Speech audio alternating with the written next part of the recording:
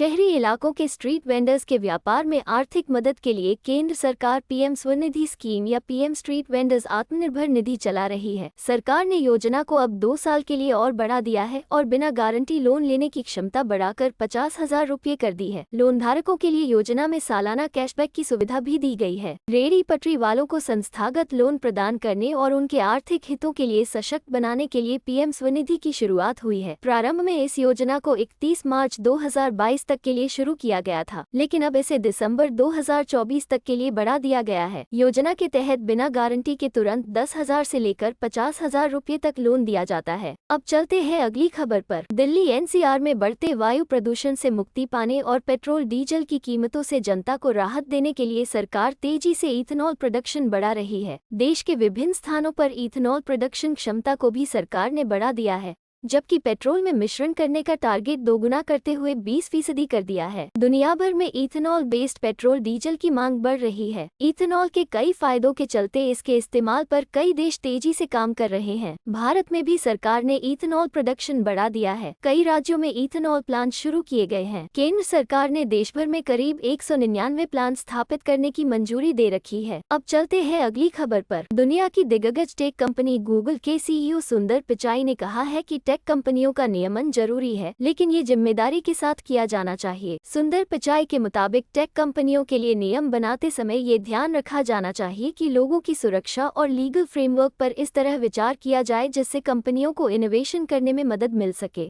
Alphabet ink और Google के chief executive officer सुंदर पिचाई ने कहा है कि भारत इस तरह का फ्रेमवर्क बनाने के मामले में दुनिया में लीडरशिप रोल निभा सकता है। अब चलते हैं अगली खबर पर। निर्यात में मंदी और बढ़ते व्यापार घाटे को लेकर बढ़ती चिंताओं के बीच सरकार गैर आवश्यक वस्तुओं के आयात पर शुल्क इंपोर्ट ड्यूटी बढ़ा सकती है। इंडियन एक्सप्रेस की रिपोर्ट के अनुसार कई मंत्रालय ड्यूटी बढ़ोतरी के लिए वस्तुओं को शॉर्टलिस्ट करने की प्रक्रिया में है। ये बढ़ी हुई ड्यूटी हालांकि उन्हीं वस्तुओं के आयात पर लगाई जाएगी जिनकी देश में पर्याप्त विनिर्माण क्षमता है।